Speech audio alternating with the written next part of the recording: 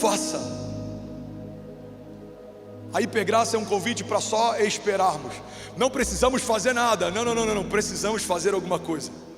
No que diz respeito à salvação, não há nada que o homem possa fazer por si mesmo. Tudo que poderia ser feito, Jesus fez. Ele é o Salvador, Ele é o caminho, a verdade e a vida. Ele é o Cordeiro de Deus que tirou o pecado do mundo. Ele é o princípio, a primícia. Mas a partir de Jesus precisamos fazer alguma coisa. Façam, construam, preguem, porque senão as pedras clamarão, como ouvirão. A palavra de Deus diz: se não há quem pregue, falem no alto dos montes, falem no alto dos telhados, preguem a toda criatura, em todo tempo e em fora de tempo. Falem sobre os testemunhos, tragam a memória, escrevam para que todos vejam. Não se esqueçam do que o Senhor fez no passado. E a palavra logo em seguida diz: assim você habitará na terra e desfrutará de segurança. Versículo 4: deleite-se no Senhor. Em outras versões, agrada-te do Senhor, e Ele atenderá o desejo do seu coração. Isso fala sobre gratidão. Um coração grato com o que Deus fez está pronto para viver o que Deus vai fazer. Um coração grato com o que Deus cumpriu está pronto para ver novamente Deus cumprir. Um coração grato com o que Deus acrescentou está pronto para novamente ver o Senhor acrescentar. Quando a palavra de Deus diz: agrada-te do Senhor, deleita-te no Senhor, está dizendo: não seja ingrato, porque talvez uma porta que você queria que se abrisse não se abriu. Não se esqueça, quantas portas já se abriram até aqui. Porque uma coisa que a gente queria muito que acontecesse não aconteceu. Não seja ingrato. Você pode estar diante do maior livramento da tua história, mas porque você só conhece o teu passado e o teu presente, pode acreditar que isso seria a melhor coisa que aconteceria. Mas existe um Deus que também conhece o teu futuro e pode estar dizendo: filho, estou te poupando de algo que você não tem ideia. Deleita-te, agrada-te, e Ele atenderá os desejos do teu coração. Versículo 5: entregue o seu caminho ao Senhor, confie nele e Ele agirá. Deixa eu abrir um parênteses aqui. Eu prometi que não ia falar sobre isso, mas eu sinto de falar sobre isso. Um dos cultos mais poderosos que a gente viveu em Alphaville se chama o poder da entrega. Alguém estava aqui? E aí eu vi alguns Instagrams fazendo cortes com isso e falando que estávamos fazendo um leilão. Aí eu tive algumas reuniões com o conselho. O que a gente faz? Me posiciono ou não posiciono? Falo ou não falo? Eu falei: eu vou reivindicar em oração. E a minha oração foi, e a minha oração é: Senhor, aqueles que têm gerado escândalo, que sejam expostos através de escândalos. Irmão, pega isso aqui em nome de Jesus. Todo religioso tem um pecado oculto. Tem um religioso que acabou de ser exposto faz algumas semanas. Falava, apontava, vomitava, bum. Um pecado oculto. Todo religioso tem um pecado oculto. A nossa igreja, algum tempo atrás, viveu um dos cultos mais poderosos. E qual foi o tema do culto? O poder da entrega. Qual foi a premissa do culto? Você está pronto para ter tudo que você está disposto a entregar. Abraão quer um filho, recebe o filho. Deus pede o filho de volta para ele. Quando ele fala: eu estou pronto para te entregar, Senhor, o Senhor fala: então você pode ter. Tem muitas coisas que a gente não recebeu, porque se recebêssemos, abriríamos mãos até de Deus, mas não abriríamos mãos dessas coisas. Pega isso aqui, irmão. Tem coisas que se o Senhor tivesse te dado e você precisasse abrir mão de alguma coisa, abriria mão até dele, até da fé, mas não abriria mão daquilo que recebeu.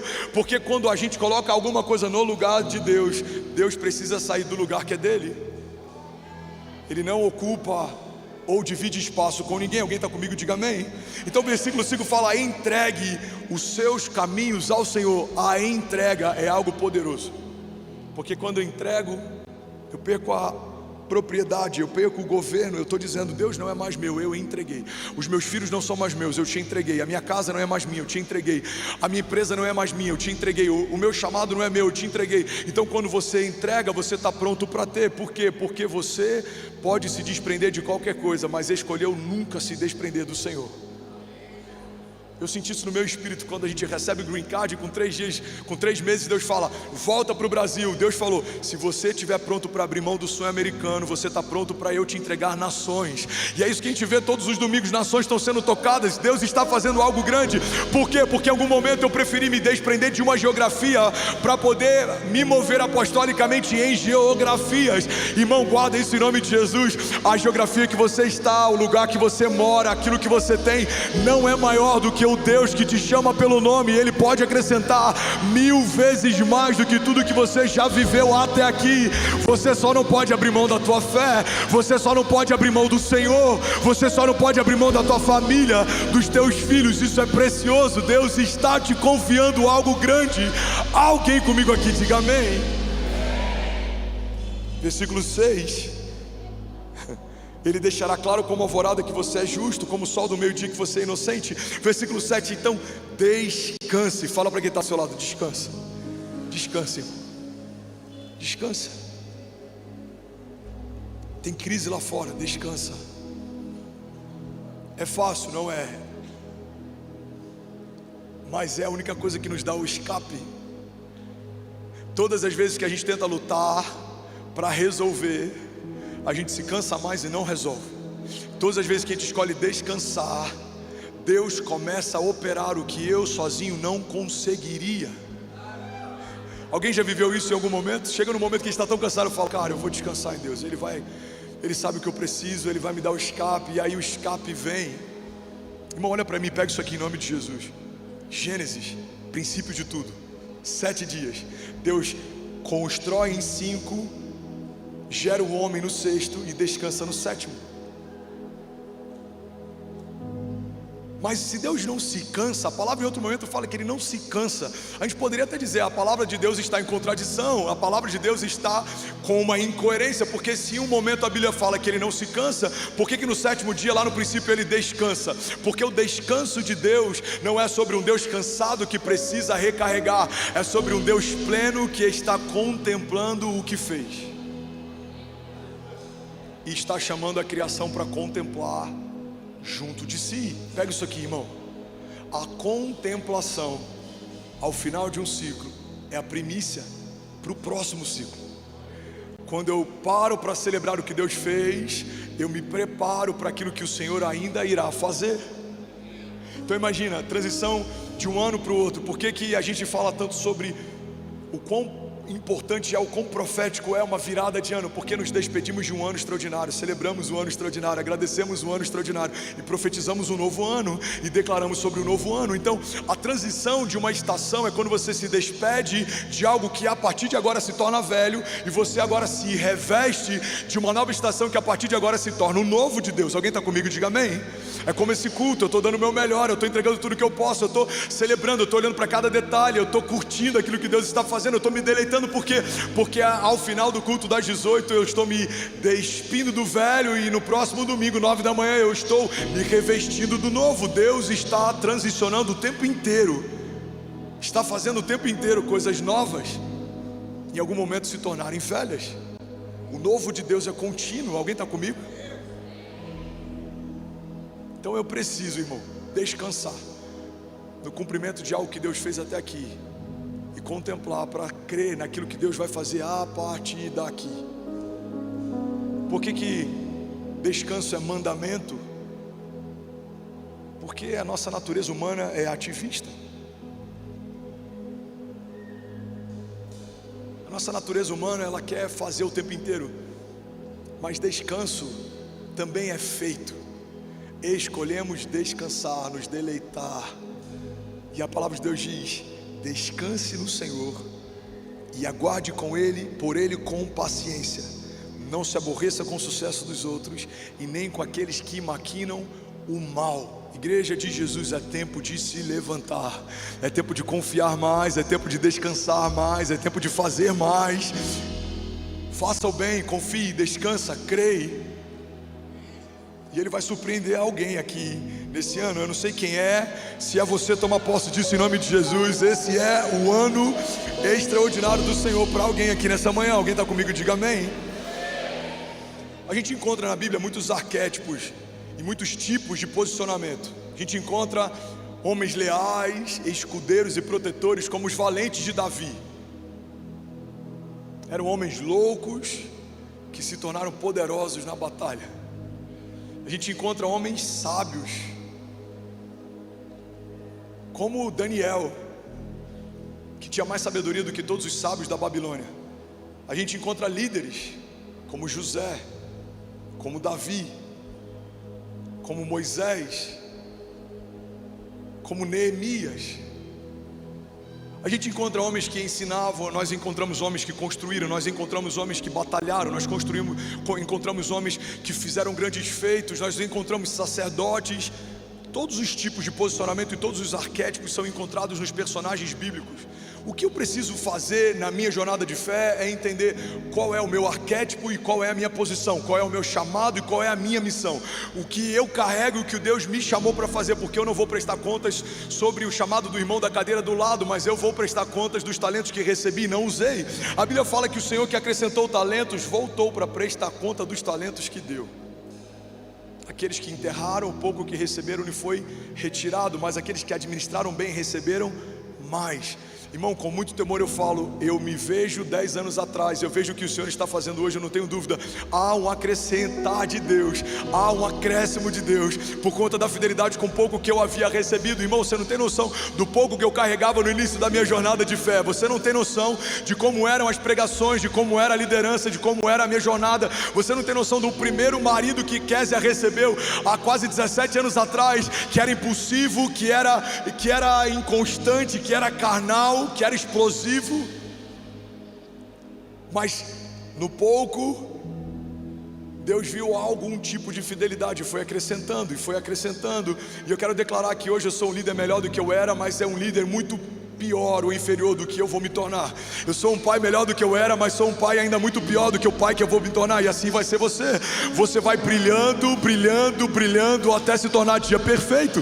Você vai ser um marido melhor, uma esposa melhor, um líder melhor, um governante melhor. Você vai ser alguém que maneja bem a palavra, que tem mais profundidade. Você vai ser alguém que entende os desígnios, o tempo, o modo. Você vai ter mais sabedoria do que tinha até aqui. A Bíblia fala que Deus dá sabedoria livremente àqueles que pedem. Você vai ser conhecido como alguém sábio. Pessoas vão buscar conselho em você. Você vai ter a palavra certa na hora certa. Vai ser conselheiro de homens grandes. Recebe isso em nome de Jesus e se posiciona para se tornar isso. Homens como os homens da tribo de Issacar. Primeira Crônicas 12:32 fala que quando Davi convoca o povo, a tribo de Issacar envia 12 chefes.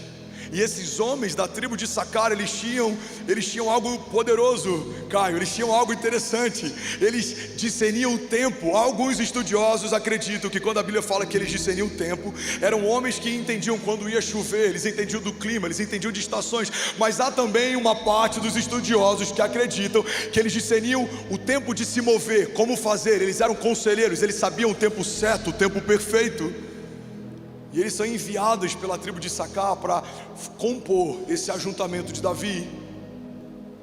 Irmão, em muitos momentos, coisas que você viu na minha liderança foram como se fossem lampejos, assim, como se fosse... Se a gente fosse falar de forma natural, alguém diria que foi um insight. Mas como nós somos homens espirituais, você vai entender que foi uma impressão no espírito. Eu tive uma impressão. Qual foi?